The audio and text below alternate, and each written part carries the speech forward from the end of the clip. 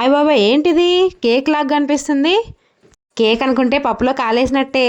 రవ్వ కేసరి ఎలా చేయాలో చూపిస్తాను, వచ్చేయండి. ఒక గ్లాస్తో రవ్వ తీసుకొని పక్కన పెట్టేసుకోవాలి. అదే గ్లాస్తో 3 గ్లాసుల వరకు వాటర్ అయితే తీసేసుకొని పొయ్యి మీద పెట్టేసుకోవాలి.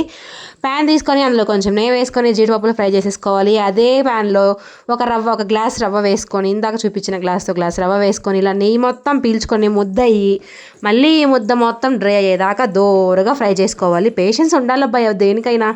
ఇలా ఫ్రై అయిపోయిన తర్వాత ఇలా విడివిడిగా వస్తుందన్నమాట రవ్వ అనేది. తర్వాత మనం ఇందాక బాయిలింగ్కి పెట్టేసుకున్న వాటర్లో 2 ఇలాచీలు పగలగొట్టుకొని వేసేసుకోవాలి. కొంచెం పించ్ ఆఫ్ సాల్ట్ కూడా యాడ్ చేసేసుకోవాలి.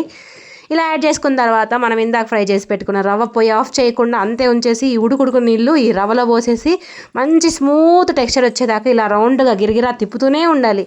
ఇలా తిప్పిన తర్వాత కొంచెం సేపటికి మంచి టెక్స్చర్ వస్తుంది. తర్వాత కొంచెం అలా మగ్గనివ్వాలన్నమాట. వాటర్ అంతా ఇంకిపోయిన తర్వాత మనము ఒక ఫుల్ గ్లాస్ రవ్వకి 3/4 గ్లాస్ షుగర్ అయితే యాడ్ చేసేసుకోవాలి. ఇలా యాడ్ చేసుకున్న తర్వాత మళ్ళీ రవ్వ అనేది పలచబడుతుంది. పలచబడిన తర్వాత మళ్ళీ దగ్గర అవుతుంది.